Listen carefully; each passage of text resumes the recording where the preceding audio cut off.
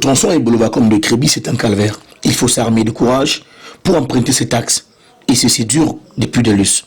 Malgré la première jour de l'État, pendant le comice agropastoral d'Ebolova en 2011, rien n'est fait jusqu'ici. À cela s'ajoute le manque d'électricité, l'absence du réseau téléphonique dans la plupart des villages sur ce tronçon. L'ensemble de tout ceci va donc gonfler et mettre les populations en colère. C'est ainsi que le 27 septembre dernier, ils ont décidé d'exprimer leur ras-le-bol par une greffe. En 48 heures, plusieurs ponts sur l'axe Ebolova-Comme 2 ont été vandalisés. Plus jamais ça dans le département de l'Anvila.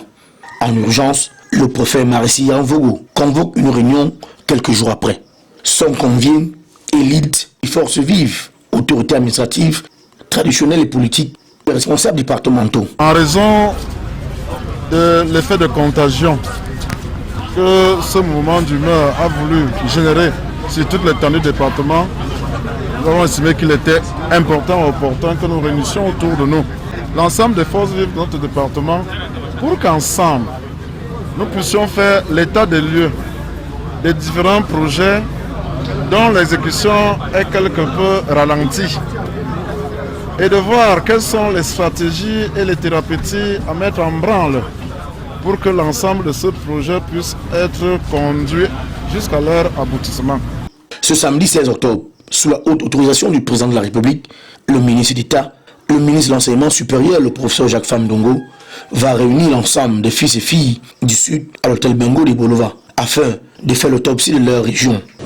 Nous avons transcendé les clivages politiques, ethniques, régionaux pour esquisser ensemble des solutions aux problèmes multidimensionnels auxquels nous faisons face. Élites et forces vives ont tous répondu présents à cet appel.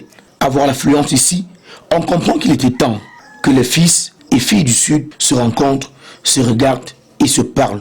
Des échanges violents, francs et directs, mais sans rancune. Entre ce que vous avez dit, monsieur le ministre, et la réalité, c'est le jour et la nuit. Je préfère vous le dire de vive voix. Chaque enfant ici veut participer au développement et à la réalisation des projets de cette région, malgré les contraintes. Oui, le président de la République l'a dit, et oui, nous, qui sommes les agents du président de la République, nous sommes tenus de réaliser ces promesses. Il y a un certain nombre de contraintes. Les contraintes sont extrêmement fortes. Plus que vous voyez.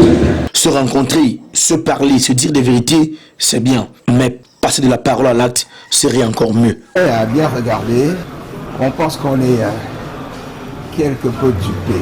Des exposés que nous recevons de nos ministres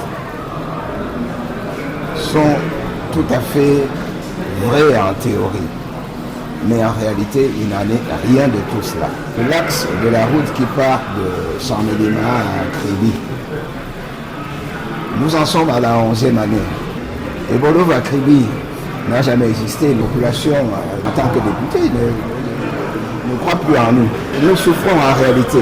Nous souffrons en réalité. Réaliser, ne serait-ce que les promesses faites par le chef de l'État. Et il a toujours tenu ses promesses. Avec cette rencontre, les fils et filles du Sud souhaitent ensemble consolider leurs acquis, ensemble construire l'avenir de leur Sud natal.